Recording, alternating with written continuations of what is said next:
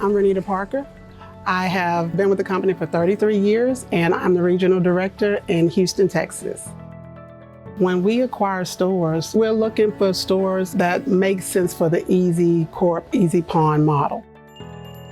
We have a team, I guess you can call it our acquisition team. We have a group of store managers who go and have what we call an initial meet and greet, where we'll sit down, introduce ourselves, and walk them through all things EZ. So I remember the acquisition date very vividly. We actually got notification that we were going to meet in a hotel, and that was super strange for us. And I thought, oh my gosh, what's going to happen now? It just kind of almost felt like the end of the world in a way. It was a lot of emotions, honestly. It was like exciting, but also scary because you don't know what is coming. We want the face of the business to remain the face of the business. We take great efforts to make sure that we do everything we possibly can to make them feel comfortable and at ease.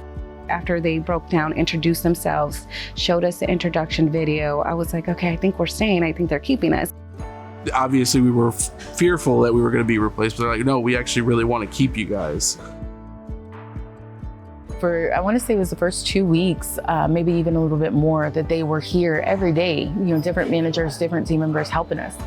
They wanted to teach us everything. They wanted to show us the ropes. They wanted to make us as successful as they were. And so it was smooth. Normally, we have those team members that stay in those stores with the teams until they get comfortable with the process. Because the biggest thing is we have to have those team members to have buy-in. Once I started getting familiar with the new style that we've had, my anxieties went out the window. I started seeing that they had a lot of good things to bring to the mom and pop shops. And I really just was so excited about all the changes. We had older systems. You got to enter every single detail. And when they put all the new systems into my store, it's easier. It's already put together because other people had already gone through that scenario and found a solution to fix it.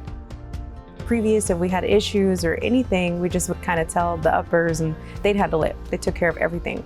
Scheduling, firing, hiring, everything. We just kind of ran the shop like key holders, And since that, I've understood completely the difference. It's like, it's us, it's our store, we own it. That saying, run it like you own it, is such a key thing to say to all of our team members or new management coming in, because it really was like an ownership. That was my store, that was my people. I had total control, and that was something I had never experienced. Initially, my fear really did center around, well, they're not going to let me take care of my people. I remember we had a big training seminar, and we were sitting there, and everyone was real concerned because they were talking about, well, your drop rates have to be this. And I remember very vividly standing up and defending, well, I have a lot of customers who fall on hard times, and I like to be able to be flexible and help them. And it was actually Renita Parker who stood up and she said, no, take care of your customer. The fact that you can articulate why you want to do it, that's all the reason to do it.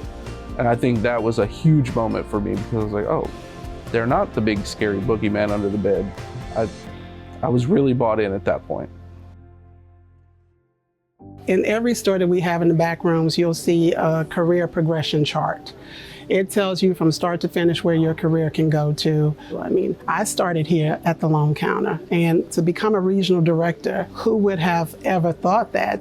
For me, I was a store manager with the other company. That was it. That was as high as I could go. So coming into EZPAWN and hearing all the different ways that we could grow with the company and move up, that in itself was huge.